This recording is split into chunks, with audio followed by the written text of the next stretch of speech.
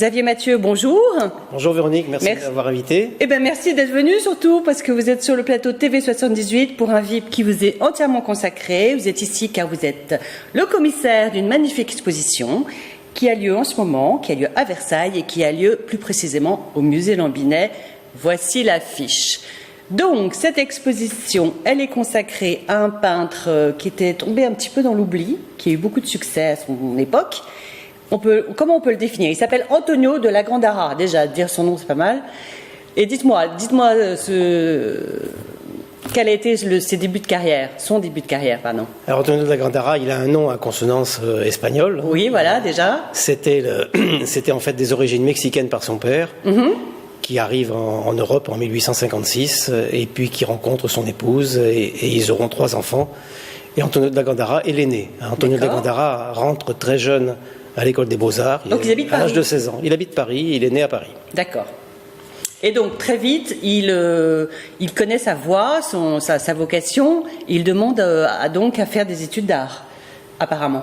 Il rentre après des études au lycée Condorcet. À l'âge de 16 ans, il rejoint les cours de Jérôme et de Cabanel à l'école nationale des Beaux-Arts de Paris. On voit sa fiche. Son autoportrait réalisé en 1888. Alors il a quel âge à peu près? Il a 27 ans.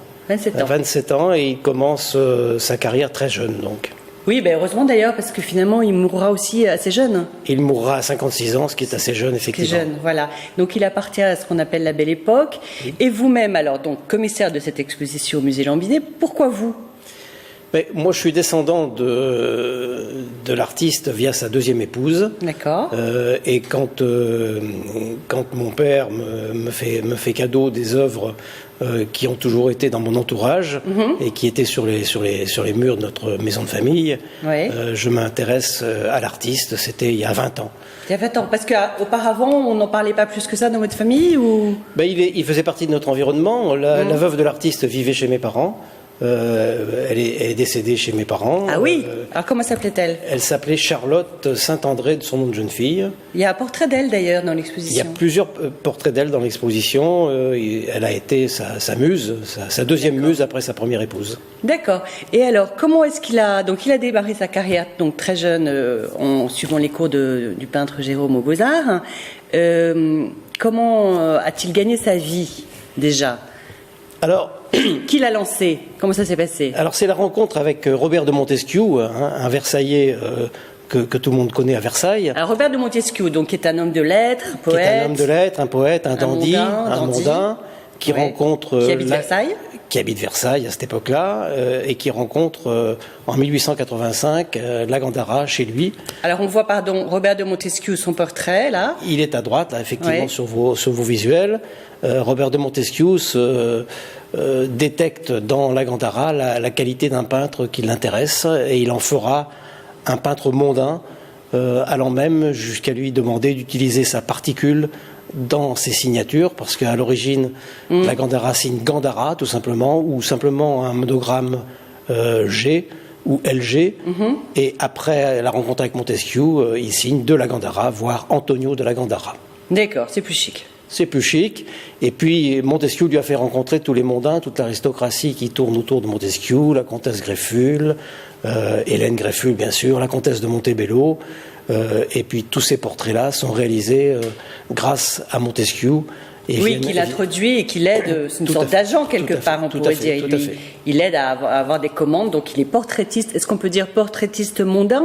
Portraitiste mondain, c'est ce que l'histoire retiendra de lui, bien qu'il ait aussi réalisé des pastels fort sympathiques, très délicats, et puis des paysages, parce qu'il s'est beaucoup intéressé à Versailles, au parc de Versailles et aux statues du parc de Versailles. D'accord, mais ce qui lui fait gagner sa vie concrètement, ce sont ces portraits qui sont quand même assez particuliers, à savoir... en général de très grands formats. Des très grands formats. C'est impressionnant tout de même, ils ont presque 2 mètres de haut. Exactement, des portraits grandeur nature, des grands formats qui sont souvent précédés de pastels, qui lui permettent d'étudier les postures et de convenir avec le modèle, qui est souvent capricieux.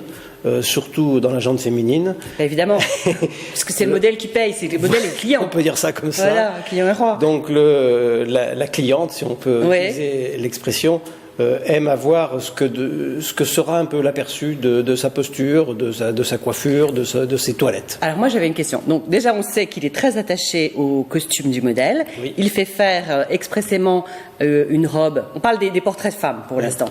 D'ailleurs il y a une salle qui est consacrée aux femmes, il y a une salle qui est consacrée aux hommes, Exact. une autre salle qui est consacrée aux pastels et au paysage. Oui. Donc ça c'est dit sur la structure, la scénographie de l'expo.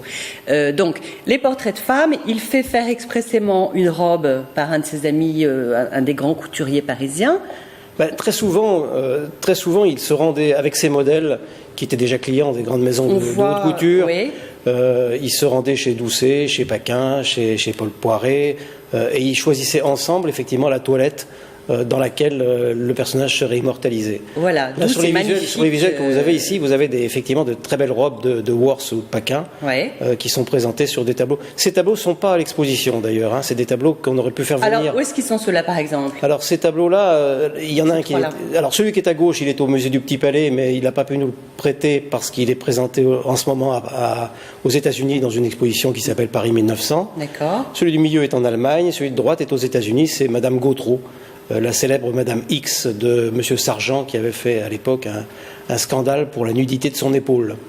Ah, c'est celui-là qui a choqué les Américains. C'était le portrait de Sargent qui avait une bretelle qui pendait et qui avait choqué le puritanisme américain à l'époque. D'accord, donc pour en revenir aux toilettes, donc il y a un magnifique portrait en robe bleue. Cette robe bleue a été créée pour l'exposition.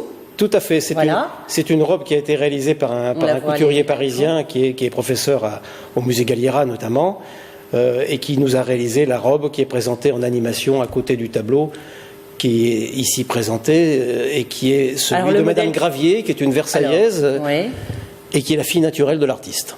D'accord, parce qu'il a eu des enfants, il s'est marié 2 fois. Oui. Il a eu des enfants à chaque fois. Il a eu 2 filles. Il a eu 2 filles de son premier mariage, et puis une fille avec une liaison qui lui a coûté son premier mariage, parce que la première épouse n'a pas vraiment apprécié.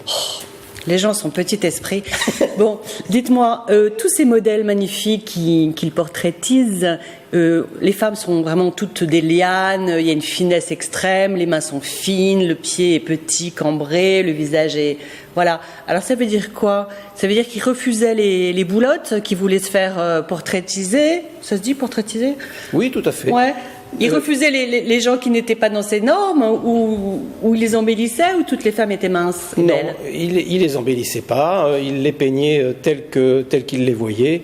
Il était même très, très sélectif. Ah ben voilà. Mais sélectif pas sur l'aspect physique. Pas sur l'aspect physique, il était sélectif sur le fait qu'il voulait sa liberté pour traduire le personnage qu'il posait, et non pas traduire ce que le personnage aurait voulu qu'il soit présenté comme tel. Je comprends. C'est la raison pour laquelle, comme il avait un carnet de commandes de 2 ans devant lui, un portrait par la Gandhara n'était pas automatique. Il lui arrivait de refuser de prendre des modèles. D'accord, donc il ne peignait que finalement des femmes qu'il avait envie de peindre aussi. Qu'il avait envie de peindre et avec lesquelles l'échange qui précédait la commande du tableau était satisfaisant à ses yeux. Il avait un bon feeling. On peut penser qu'il avait un bon feeling. Très bien. Alors, donc, pour se délasser de ces portraits de commandes qui l'ont fait vivre, il allait dans les jardins de Versailles. Il allait voir son ami Robert de Montesquieu. Donc, on a des pastels qui représentent le parc.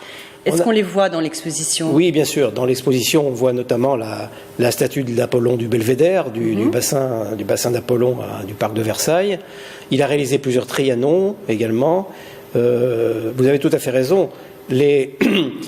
Ces modèles étaient assez capricieux, l'ennuyaient un petit peu sur la fin de sa vie notamment.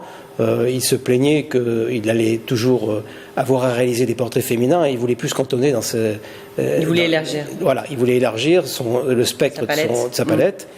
Et c'est à cette époque-là qu'il a réalisé ses Don Quichotte, ses Diane et Actéon, ses études de contes de fées.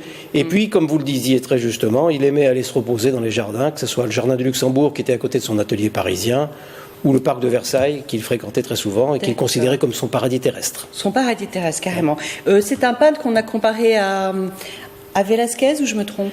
Tout à fait. C'était Jean Lorrain qui aimait à a surnommé la Gandara Velasquez, parce que Velasquez, tout comme Ribot, était un petit peu les artistes qui étaient au panthéon de la Gandara. C'est-à-dire qu'il les admirait, il les avait copiés quand il était jeune, et il s'en inspirait beaucoup. Et on a l'impression qu'il a une véritable jouissance à peindre ces matières sublimes, finalement, presque. Enfin, oui. C'est un vrai plaisir pour lui, je pense, de peindre ces étoffes, ces lumières. Ces étoffes, la manière dont il traitait la moire de la soie, la cassure d'une étoffe ou d'un rideau lui était très particulière. D'accord. Donc là, je suis en train de montrer le livre que vous avez écrit sur la vie d'Antonio de la Gandara. Il y a aussi le catalogue de l'exposition. Oui. Voilà, on encourage tout le monde à y aller. Je ne sais pas si les petites filles d'aujourd'hui aiment encore dessiner des robes de princesse, mais là, elles auront moult modèles, tous plus ravissants les uns que les autres. Et vous, alors, monsieur Xavier Mathieu, vous avez des projets pour l'avenir ? Vous êtes complètement consacré à votre aïeul. Oui. Et qu'est-ce que vous avez envie de faire maintenant ? Bien, ce qui serait assez logique dans le cheminement, après le livre sorti en 2011, après cette magnifique exposition organisée par le musée Lambinet et son équipe, qui est formidable, ça serait de pouvoir trouver un musée ou plusieurs musées qui seraient intéressés par une exposition plus thématique et plus caractéristique de l'œuvre de la Gandara, c'est-à-dire qui serait une exposition sur le peintre de l'élégance féminine, et on pourrait pour cette occasion rassembler une 50aine d'œuvres majeures du style de celles qui sont présentées à Lambinet dans la grande salle avec les portraits féminins, puisque nous avons des œuvres qui sont aux États-Unis, des œuvres qui sont en Italie, des œuvres qui sont en Autriche, des œuvres qui sont en Belgique, et qui pourraient être rapatriées sur une grande exposition et faire en sorte de montrer que le peintre costumier de la mode qu'il était, puisqu'il était président de cette association à l'époque, puisse être honoré en tant que peintre féminin. Oui, je comprends. Et ces tableaux qui sont donc en Europe ou aux États-Unis, ils sont dans des maisons particulières ou ils sont dans des musées ? Alors aux États-Unis, le portrait de la comtesse de Montebello, par exemple, est dans une galerie. Le portrait de Madame Gautreau est dans un musée. Ah oui, d'accord.